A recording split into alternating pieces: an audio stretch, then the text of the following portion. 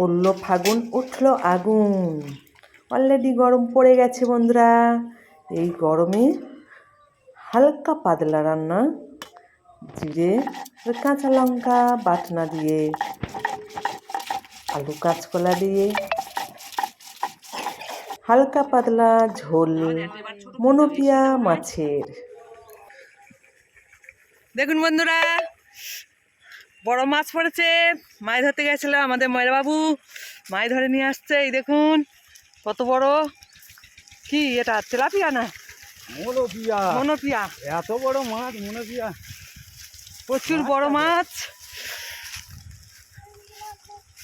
আমি চান করছিলাম আর আমাদের ময়রা বাবু মাছ ধরে নিয়ে চলে আসছে। এই দেখুন প্রচুর বড় মাছ। এই দেখুন কত বড় মাছ।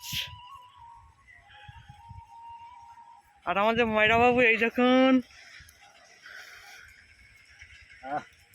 কতক্ষণ যুদ্ধ করে করে মাছ মাছ দেখার মতো মাছ। এসব মাছ খেলে মনে থাকবে। এ বাবা, মনোপিয়া বাজারে আমি এত বড় দেখিনি। এত বড় মাছ মনোপিয়া এত বড় হয় দেখুনি? না, এ মনে হয় 3-4 বছরের মাছ। 3-4 বছর হয়ে গেছে না গো?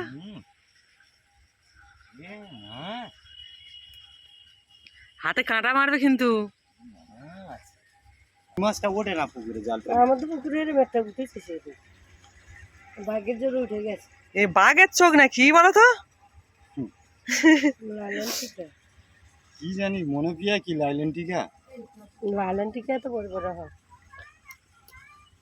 যাই হবে, তেলাপিয়া খাইতে নাই বলে। হ্যাঁ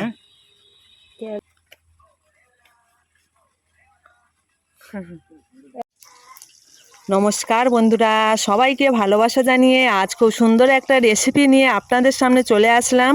এই গরম পড়ে গেছে, এই গরমে হালকা পাতলা মাছের ঝোল রেসিপি নিয়ে আপনাদের সামনে চলে আসলাম। এই রেসিপিটা আপনারা দেখতে থাকুন, আশা করছি আপনাদের ভালো লাগবে। শুরুতে একটা করে লাইক করে দেবেন। আর নতুন বন্ধু পুরাতন বন্ধু সবাইকে ভালোবাসা জানিয়ে আমার রেসিপিটা শুরু করে দিলাম। মাছ ধরা দেখিয়েছি, মাছ কাটা দেখাইনি। মাছ কাটা হয়ে গেছে, লবণ হলুদ মাখিয়ে নিয়েছি, কড়াইতে তেল দিয়েছি। তেল দিয়ে এক এক করে সব মাছগুলো আমি ভেজে নেব। তবে আমি সর্ষের তেলে রান্না করছি না, সাদা তেলে রান্না করছি। আমাদের বাড়িতে একটু গ্যাসের প্রবলেম আমার, তাই আমি একটু সাদা তেলে রান্না করি। আমাদের বাড়িতে সবাই সাদা তেলে রান্না খাওয়া অভ্যাস হয়ে গেছে, আর আমরা সবাই সাদা তেলে রান্না খাই। আপনারা চাইলে সর্ষের তেলে রান্না করতে পারেন, কিন্তু আমি সাদা তেলে রান্না করছি। দেখুন বন্ধুরা, আমি কিন্তু মাটির উনানে রান্না করছি। মাটির চুলা অনেকে বলে, কিন্তু আমি মাটির উনান বলি আমরা। সেই মাটির উনানে রান্না করছি, আপনারা দেখতে থাকুন। আর এই মাটির উনানে রান্না খেতে অপূর্ব টেস্ট হয়, স্বাদও বেশি হয়। শিলে বাটনা রেসিপি দিয়ে মাটির চুলায় মাছের ঝোল হালকা পাতলা রেসিপি, আপনারা দেখতে থাকুন। আপনাদের কেমন লাগছে ছোট করে কমেন্টে জানিয়ে দিও বন্ধুরা। একে একে মাছ ভেজে আমি কিন্তু একটা পাত্রের মধ্যে অলরেডি তোলা শুরু করে দিয়েছি। আবারও মাছ দেব, খুব সুন্দর করে ভেজে নেব। একটু তেল বেশি দিয়ে মাছ ভাজছি বন্ধুরা, হালকা পাতলা তেলে রান্না করব, তবে কিন্তু তেলটা বেশি দিয়ে মাছ কটা ভেজে নেব। মাছটা একটু ভালো ভাজা না হলে কিন্তু আমাদের বাড়িতে খায় না, অনেকেও পছন্দ করেন না। আমি একটু মাছটা সুন্দর করে ভেজে নেব। মাছ ভাজাটা একটু ভালো করলে তবে আমাদের বাড়ি পছন্দ করে আর কি। দেখুন বন্ধুরা, মাছগুলো উল্টে পাল্টে একটু করকরে মরমর করে ভেজে নেব।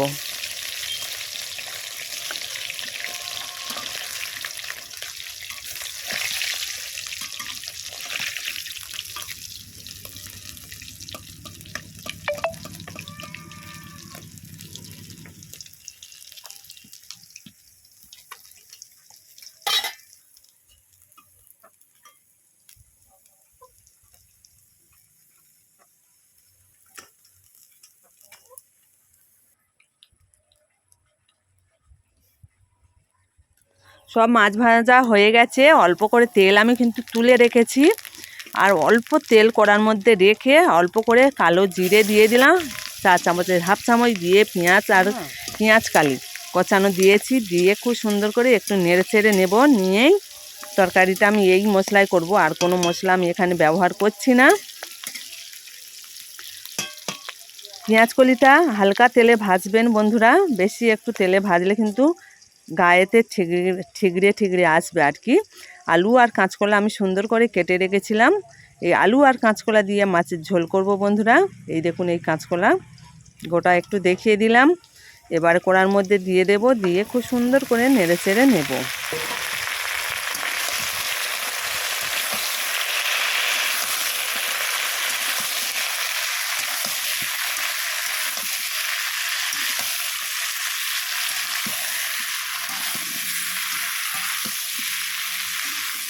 হলুদ লবণ এখন আমি কিছুই কিন্তু ব্যবহার করছি না, খুব সুন্দর করে ভেজে নিয়ে কিন্তু আমি সব কিছু সিদ্ধ করে নিয়েছি।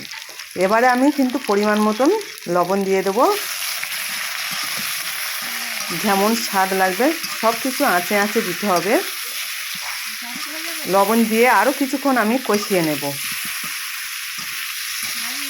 আর এই কষানোর সময় লবণটা ব্যবহার করলে সবজির মধ্যে লবণটা যায়, গেলে খুব সুন্দর টেস্ট লাগে, প্রত্যেকটা সবজি খেতে সুস্বাদু হয়। এবারে আমি 1 চামচ এখানে হলুদ ব্যবহার করছি, আর সামান্য লাল লঙ্কা অল্প করে দেব, 1/2 চামচ দিয়ে অল্প করে জল দিতে হবে বন্ধুরা, যেহেতু শুকনো গুঁড়ো মশলা, অল্প করে জল দিয়ে এবারে নাড়াচাড়া করে নেব।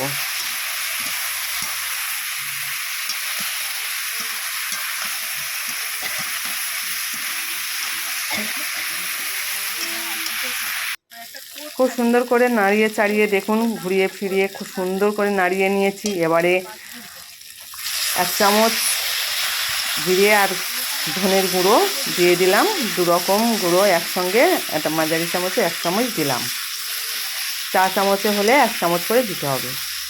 দিয়ে খুব সুন্দর করে কষিয়ে নিলাম, নিয়ে এবারে কিন্তু গরম জল দিতে হবে, আপনারা চাইলে ঠান্ডা জল দিতে পারেন। গরম জল দিয়ে কিছুক্ষণ ফুটিয়ে নেব।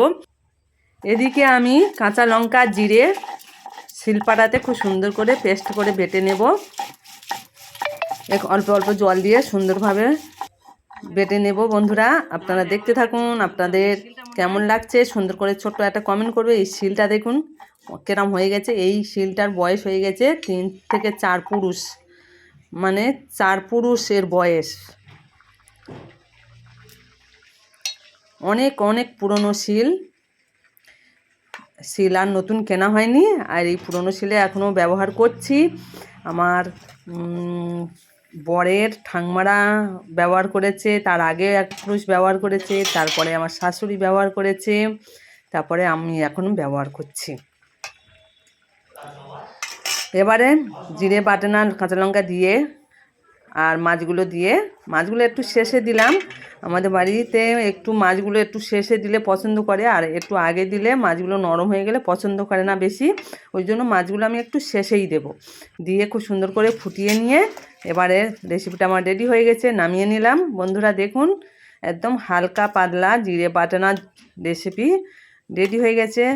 এখন যে দিনকালের পরিস্থিতি পড়েছে, এরকম হালকা পাতলা রেসিপি খেতেই হবে।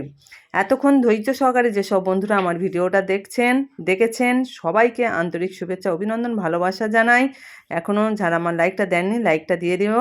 নতুন বন্ধুরা সাবস্ক্রাইব করে পাশে থাকবেন। সবাইকে ভালোবাসা জানিয়ে এখানে বিদায় নিলাম।